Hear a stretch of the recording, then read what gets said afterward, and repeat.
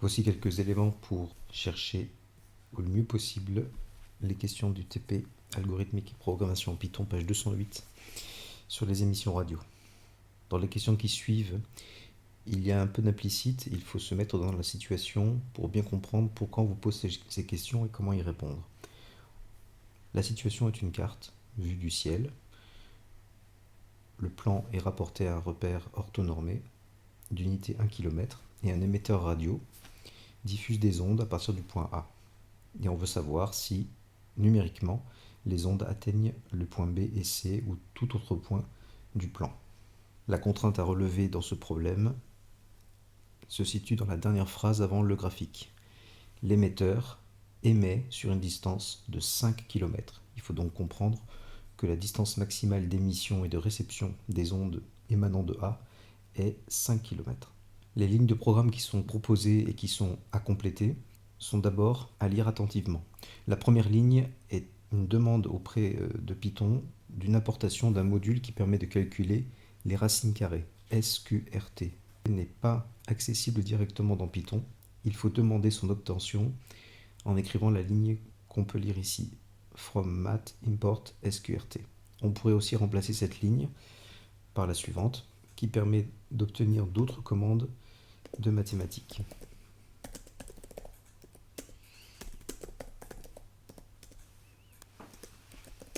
On peut commencer par écrire les lignes d'instruction qui sont déjà écrites.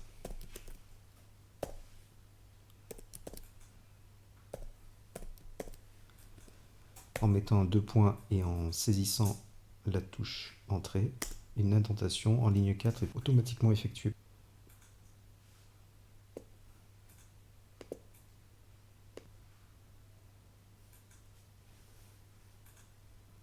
Voici la première ligne à compléter, qu'on verra tout à l'heure, la deuxième, et la commande finale.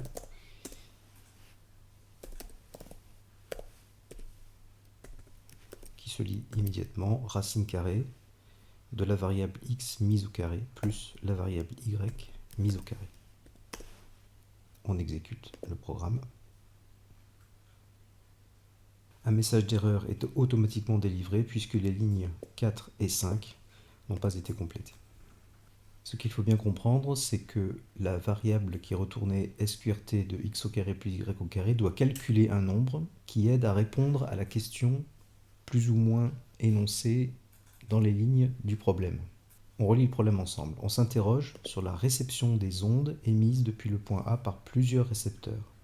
Il suffit donc de comprendre qu'on demande implicitement de calculer les distances du point A à chacun des points récepteurs pour savoir si l'onde est effectivement émise puis reçue par chacun des récepteurs.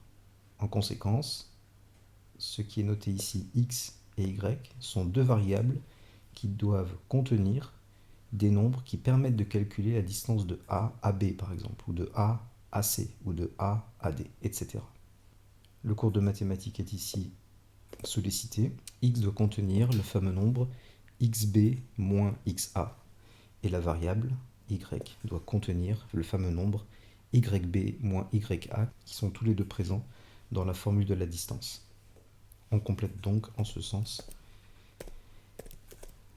les deux instructions pour x et pour y.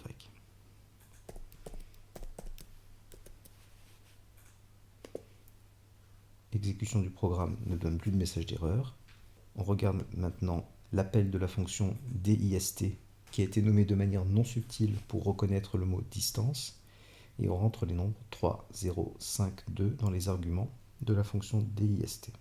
Voici l'appel de la fonction en question avec les nombres demandés. 3, 0, 5, 2. Voici ce que renvoie la fonction, à savoir 2, 8, 2, 8, etc. Donc c'est un nombre qui, a priori, ne semble pas ni décimal, ni même rationnel. Si on fait le calcul de tête, la racine carrée de xb moins xa, c'est la racine carrée de 5 moins 3 au carré, plus le carré de yb moins ya, plus 2 moins 0 au carré. Total, c'est la racine carrée de 2 au carré plus 2 au carré. C'est la racine carrée de 8. On vérifie dans la console qui fait office aussi de calculatrice, qu'on obtient effectivement le même résultat que le précédent. On arrive maintenant à la question qui permet de répondre au problème posé. On prend M, un point du plan quelconque de coordonnées x indice M et y indice M, et on doit écrire les lignes d'instruction qui doivent contenir une nouvelle fonction qui s'appelle RECEPTION, réception, dont les arguments sont xm, ym. Cette fonction doit renvoyer une variable dite booléenne, c'est-à-dire une variable qui ne contient que deux valeurs possibles, true ou false. C'est donc une variable qui teste des conditions et qui renvoie une valeur dite vraie ou une valeur dite fausse, suivant que la condition est vérifiée ou non. On reprend le problème tel qu'il est posé, on demande à ce que la longueur d'onde émise ne dépasse pas 5 km. C'est donc une inégalité qu'il va falloir rentrer dans la condition if. Avant d'écrire la condition en Python, il est conseillé d'écrire d'abord cette condition ou de la verbaliser soit en langage courant, soit en mathématiques. On souhaite que la distance de A à M soit inférieure ou égale à 5. Or, la distance de A à M a été calculée par la fonction dist. Puisque ça est fixé et qu'on connaît ses coordonnées, on peut d'ores et déjà remplacer xa par -1. Yk est également connu, si c'est l'ordonnée de A, c'est 3. Xm en revanche n'est pas connue, elle est rentrée comme argument par l'utilisateur au moment de l'appel de la fonction réception, et on souhaite savoir si cette inégalité est vérifiée. Après l'instruction if, on marque un 2 points, une entrée qui donne une indentation. Puis si la condition précédente est vérifiée, on souhaite retourner la valeur true. Dans le cas contraire,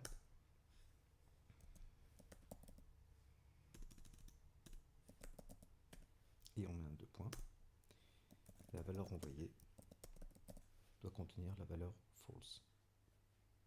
On exécute le programme et on teste maintenant si chacun des points indiqués sur l'énoncé reçoit bien les ondes émises par A. Le point B a pour coordonnées 6, 4. On remarque que la valeur renvoyée par l'appel réception 6,4 est false.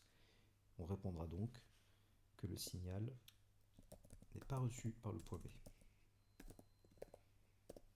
Le point C a pour coordonnées -6, 2.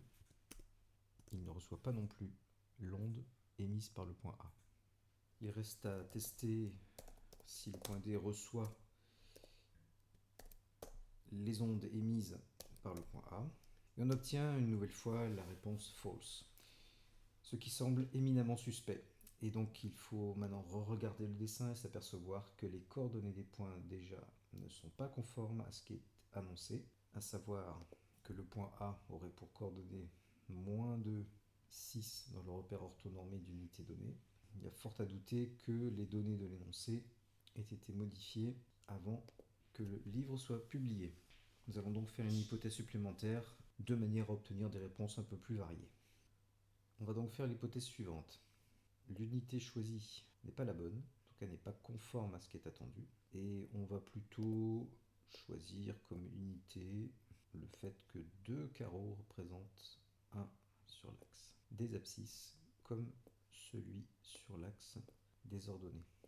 En procédant ainsi, on a automatiquement le fait que A a bien pour coordonnées cette fois-ci -1, 3 en conformité du texte et du graphique, et cette fois-ci les coordonnées des points B, C et D sont modifiées par ce changement d'unité. Ainsi, dans le repère orthonormé d'unité 1 pour 2 carreaux, le point B a cette fois-ci pour coordonnées 3, 2. La réponse renvoyée est true. Ça veut dire que le point B en fait reçoit bien les ondes envoyées par le point A. Le point C, quant à lui, a pour coordonnées -3, -1 avec les unités définies auparavant. Et cette fois-ci, on s'aperçoit que l'appel réception -3, -1 renvoie la valeur true. Cela signifie, et s'interprète de cette façon, le point C reçoit bien l'onde émise par le point A. Il reste à tester maintenant le point D, qui a pour coordonnées 0, -2. Cette fois-ci, la station de réception située au point D ne reçoit pas l'onde émise par l'émetteur situé au point A. En complément, on peut écrire ces 4 lignes sous forme beaucoup plus ramassée.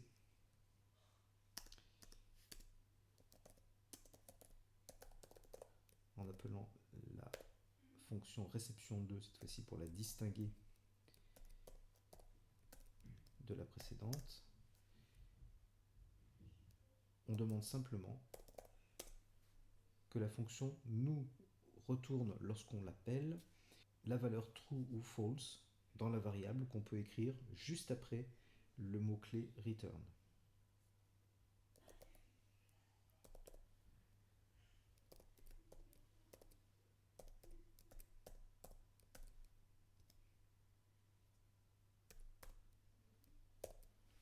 Et on écrit la condition entière.